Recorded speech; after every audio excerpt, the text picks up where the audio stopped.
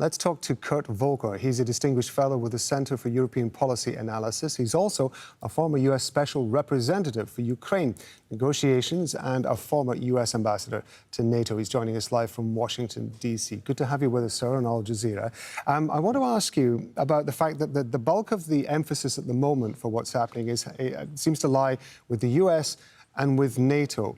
To those of us outside, it looks as though President Putin is able to sit back, fold his arms and just watch all of this play out in front of him.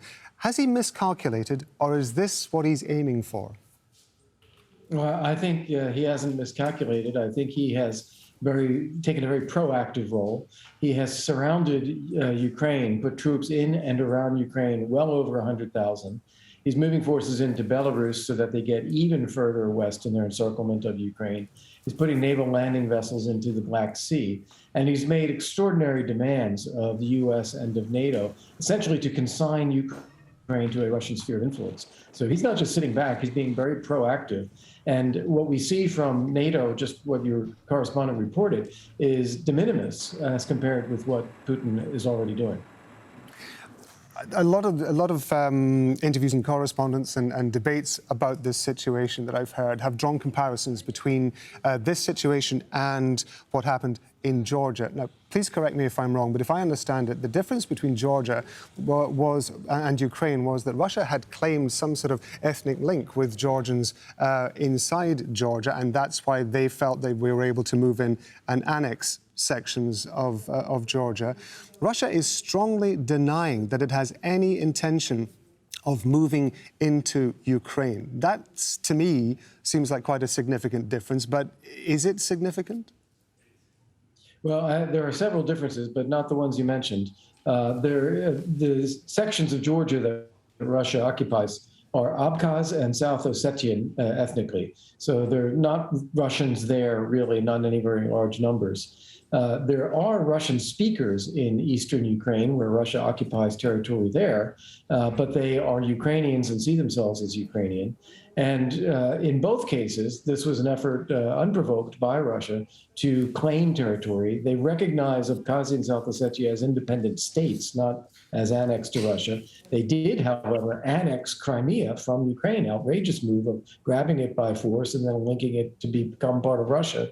And they have not done that in the case of the Luhansk and Donetsk areas of Ukraine, but it appears as though they are on the verge of making another military incursion into Ukraine, taking more territory, and then we'll see what they do after that. European foreign ministers, as we were reporting, were saying that they were ready to impose never-before-seen sanctions. Any idea what those sanctions would be, and any idea whether it would make a difference?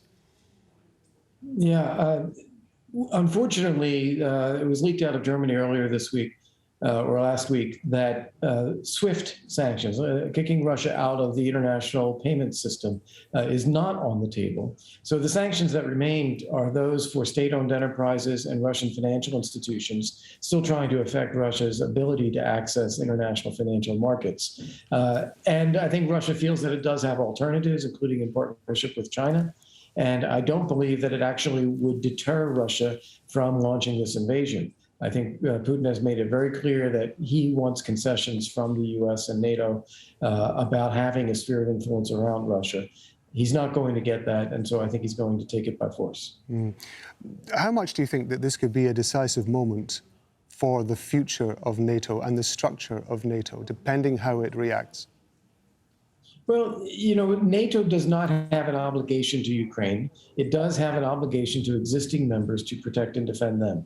That's why these modest deployments of forces into NATO member countries as a reassurance and a deterrence there is important. I think NATO will come out of this looking like it will keep its commitments to its own members, but is not willing to confront Russia over non-members. And I think that that means that we are seeing a real dividing up of Europe again, as we had during the Cold War.